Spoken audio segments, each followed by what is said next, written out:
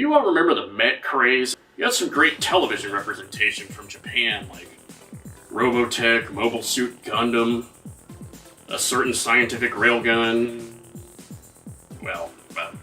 and from the West with Transformers and Transformers.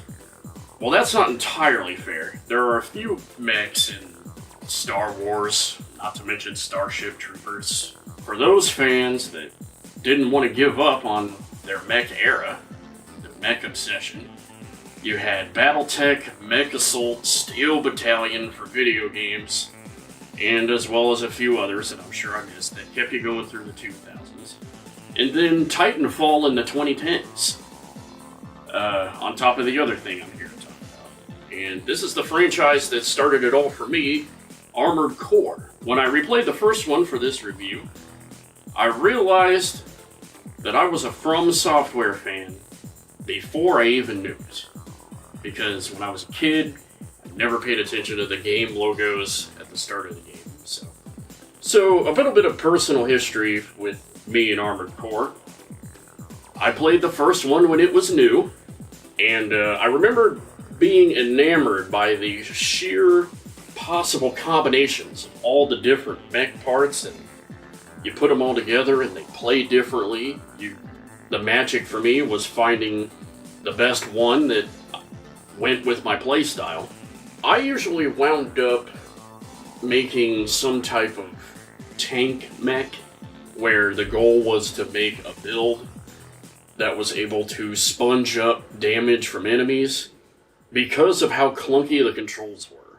Those controls were terrible, and even as a kid, it was a lot to get used to. As a matter of fact, as an adult, it's actually less forgiving than it was when I was a kid. Probably because it was part of that whole 90s we didn't know any better thing, but as well as the first Armored Core for the PlayStation came out in 97.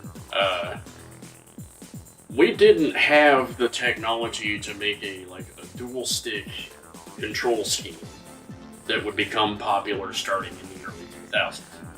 Looking around in those first Armored Core games was a chore. I played the first trilogy when they were hot. You had the original Armored Core, Masters of Arena, and Project Phantasma, which the original Armored Core, strictly mission-based. Armored Core Masters of Arena, I think may have had a handful of missions, but the main focus there was the new arena gameplay area, and Project Phantasma it was still more mission heavy, but added the arena component on top, so it was like the ultimate Armored Core experience, you'd say. It was all new, each thing was new, built on top of the other. Whenever I saw the Armored Core 6 gameplay trailer come out many months ago, I was like, wait a minute, I never played any other Armored Core game outside of the first one. So the question was, should I just go ahead and play the sixth one and leapfrog from 1997 to 2023, or should I play the intermediate ones and gain an understanding and appreciation of the small iterations and improvements? Well, I chose to play these middle ones here. Armored Core retrospective video will probably be coming out as soon as I can afford all of them, so maybe in 15 years. These games got hella expensive very quickly. I finished Armored Core 2, I am in the middle of playing Armored Core 3, haven't even started the PS3 ones yet, because I don't have Armored Core 4. And I think, if I remember right, there was a big online focus for Armored Core 5, and I'll bet you can guess how many people still play that game. All of my deep, fond appreciation for the series is rooted in the PS1 games, but I have kind of an understanding of the iterative improvements that they made. This features, Armored Core 2 just features more lore and built directly on top of what made the first game awesome. Better graphics, smoother things, Armored Core 3 varied the control scheme a little bit and varied the lore. A lot of people say Armored Core 3 is the best one, or any of the Armored Core 3 sequels. I think one of those introduced the concept of twin stick shooting and movement to the franchise. So whichever one that was, that may have been like Line Breaker, but it was one of those, and it was a well-needed improvement in the mid-2000s after that was a firmly established thing. But with that out of the way, I'll mainly get into the differences between the first games and this game later in the gameplay segment of this review, because that's where all the meat is with FromSoft games in general. But onto the graphics. This game looks great. To me, it measures up to all the other recent FromSoft games. Probably not as pretty to look at as, say, Elden Ring or the third Dark Souls entry, but that's mainly because visually I appreciate a medieval or mythic setting more than post-apocalypse, but I love my post-apocalypse worlds.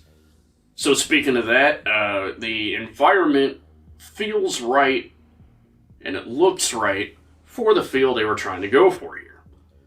Armored Core 6 takes place in a post-apocalyptic universe and world, fighting for control over stuff. It's pretty accurately portrayed what I would expect it to be.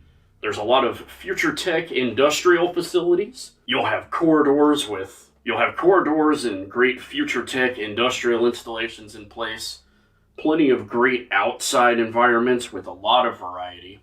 Some of the coolest cityscapes that I've ever seen. They didn't do a lot to dress up the detail of, because you're not going to be really paying attention to the city. It's not Grand Theft Auto. But I appreciate the level that they went for this game. Objects in the game, how they look, how they were designed, I like it. Of course, I did see a few shortcuts, especially with the cars that are in the game.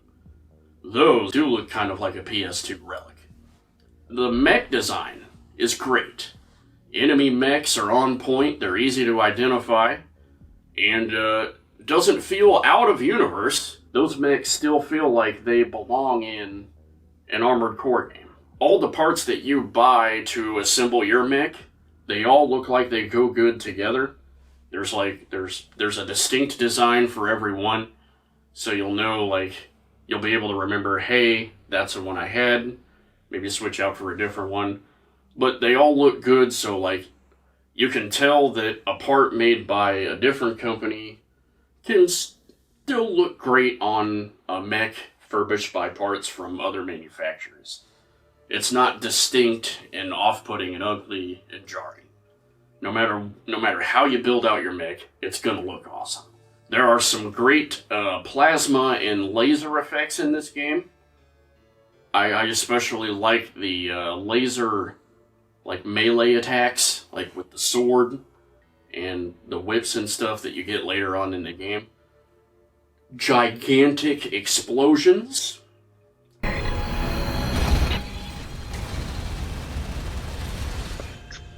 We all love great explosions here. And ray tracing. That's right, this is the first entry in the series that does ray tracing, so if you're a fan of the accurate lighting in the stage and whatnot, it's there, and it looks fantastic. I've heard before that this game specifically looks like an upscaled PS3 game. Definitely does the look and injustice to call it that, because I would love to see a PS3 draw that many polygons. I mean, look at the landscapes. Onto the sound. This game actually has some pretty darn good voice acting. It is kind of crazy, but still. It appears they don't have a fixed membership. Instead, One more. they maintain independence and anonymity with a revolving door of select mercenaries. Let's see how these video files work on this emulator. Looks like Archibald sent some clown on a suicide mission. The only clown around here is you, Kennebag.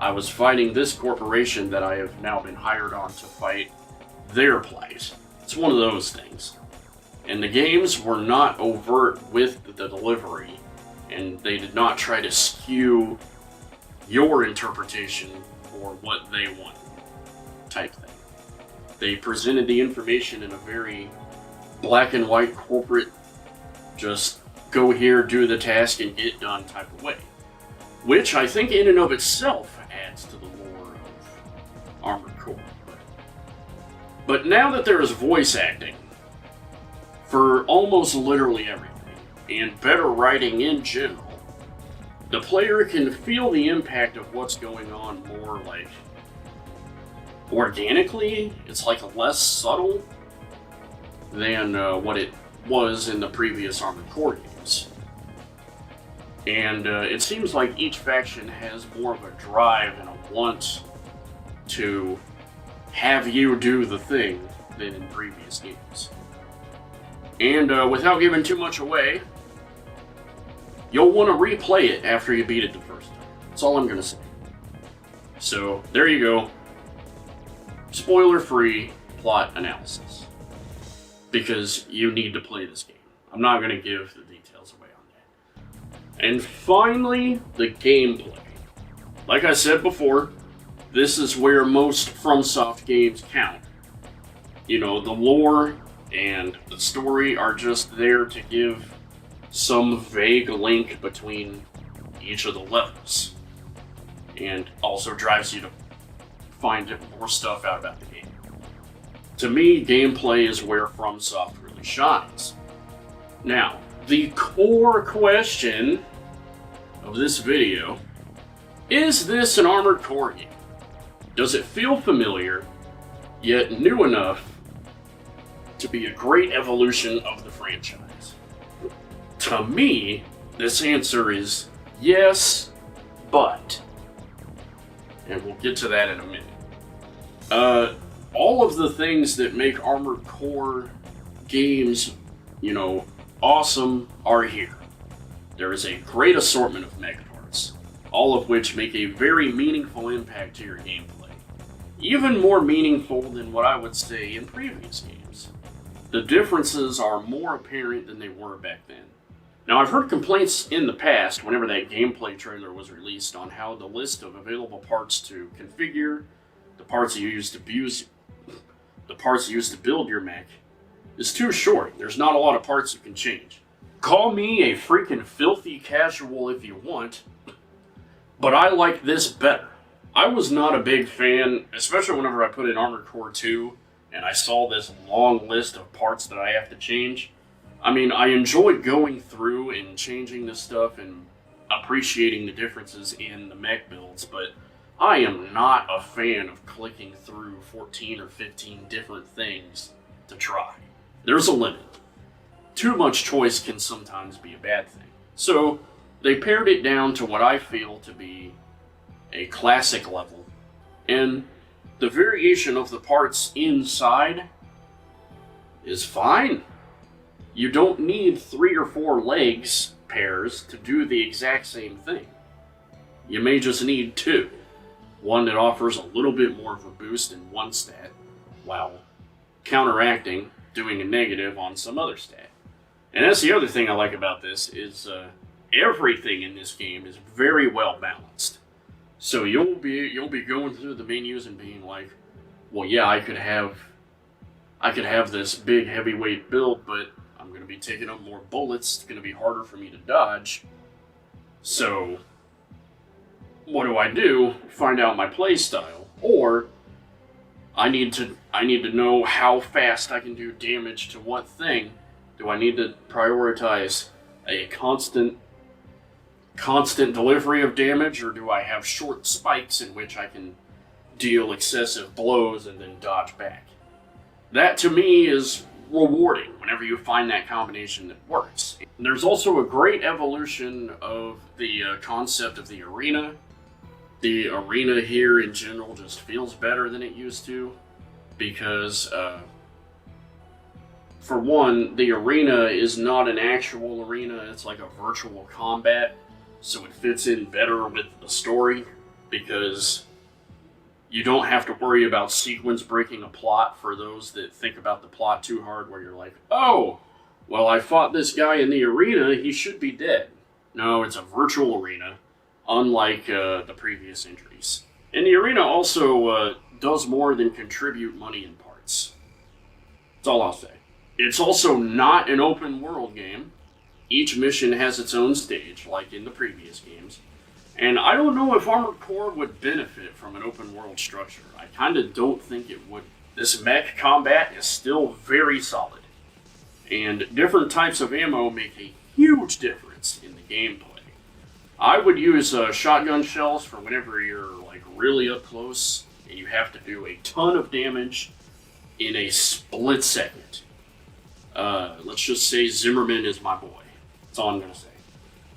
Laser and energy combos are good for quick stuns, like a stagger build.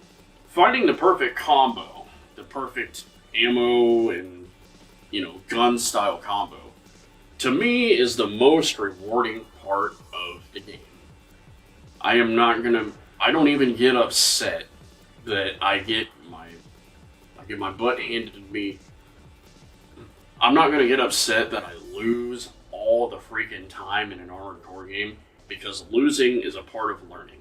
So, although it's a little less aggravating here than it used to be for reasons I'll get into in a second. But yeah, you find the build that works for you, you do it, and some people complain about, like, if they found a build that works for them and it works across all situations, I invite them to replay the game after beating it the first time.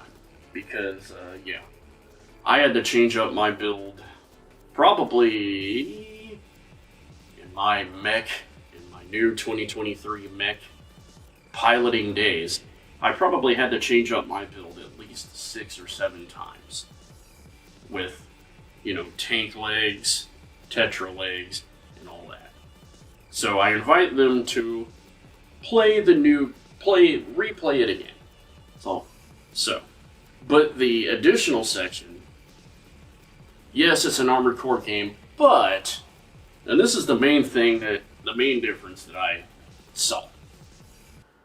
This game has the speed dial turned up to 12.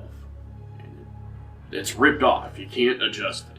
Probably inspired by modern animes, where like the action sequences always have to be super fast and everybody is always super powered. Let me get this straight though, I am not here to complain about that at all. Even back when I was a kid, I would complain about how everything felt really clunky, and that's why I had to build the tank builds, because then I could play through the clunkiness of the game. I wanted to build a lightweight mech and be able to jump all the way around like the arenas and the levels and such, but maybe I can do it now as an adult. Maybe, but it would still be a big exercise in frustration due to the clunky controls and general clunkiness of the mechs from back then. So, even tank builds in this game go quick, if you ask me. I'm freaking still moving really, really fast with the heavy tank treads part, but also there is a lightweight tank tread leg part that is just absolutely insane. Makes you go really quick and have a moderate to heavy build. So, did we find some new technology within the past 10 or so years since the last release to make everything just go freaking crazy in the future? I think so. But the thing to remember is, these mechs weigh either tens of thousands of pounds or tens of thousands of tons. The game doesn't explicitly say what the unit of measurement is, it just gives you a number for the weight. So, I cannot imagine a freaking multi-thousand pound or ton mech darting around in split-second speeds, doing all this crazy stuff, actually working in real life. And that's where I justify yes, it's clunky, but I'm piloting a heavy-ass mech. man, so I gotta consider that as I'm piloting. It's more fun to play the modern way, I will say, but whenever it's time for me to think about what's going on in the world or on the screen or whatever, I'm like, guys, really? You have this freaking 20,000 pound mech doing some major freaking jutsu, or having pinpoint accuracy at a split second where it's just and it gets the shot all the time. I don't think so. So to me, the only new gameplay change here is the mid-mission resupply. In classic Armored Core games, you would have to take into account, can I do the mission with no resupply? Because you don't get one. You'd have to have enough ammo to destroy everything, to kill the boss. You'd have to have enough health to make it to the end. And if you didn't, that was a huge L. Why was it a huge L in classic Armored Core games? Because every time you failed the mission, it cost you money. However, in this game, losing is not the end of the world. As a matter of fact, there is very little consequence for dying. You basically just respawn. And one of the other good things to keep the action going in this regard is the addition of checkpoints in the missions. Because I remember Armored Core 2 missions being longer in general, and I'm like, man, I really wish there was a checkpoint there. And there's not. If you lose late in the mission, you gotta replay the entire thing. So, with these missions being even longer, and these maps being just absolutely massive, to me, a checkpoint is a necessity, and does not detract from the gameplay experience at all. As a matter of fact, it makes it even better, because whenever you lose in a classic Armored Core game, you would be kicked back to the main menu, where you would then respec and then try the mission again. Even if you feel like you didn't need to respec, opportunity would always present itself. So, with this game though, if you die, you can select to respawn at the checkpoint with full health and armor and ammo, or you can even change up your mech and then be at the checkpoint again with no consequence. A design change again to emphasize keep experimenting and keep changing it up. No cost. And I do like it better because it keeps the action going. So, why do we want to keep the action going? Well, it's mainly because of modern game audience sensibilities. So, other than it being insanely fast and designed for quick action, yes, it's still an Armored Core game. For the fans of the recent Souls games that have never played an Armored Core game, is it a Souls game? Absolutely not. It is not a Souls game whatsoever. Now, there are a few mechanics that I guess one borrowed from the other? Having to keep all this stuff in mind, it's absolutely not a Souls game. So Souls games put more of a focus on knowing the enemy for sure. And whatever enemy you're fighting, you really have to know what you're doing. Even for basic run-of-the-mill skeletons and rats and stuff, it teaches you quick that you should know what you're doing. You gotta know the enemy's attack patterns, knowing how fast the player's own attacks are, when they hit, how hard the enemy's attacks hit, how hard your attacks hit, how much stamina bar drain your attacks do, so how can you chain these attacks together effectively and dodge.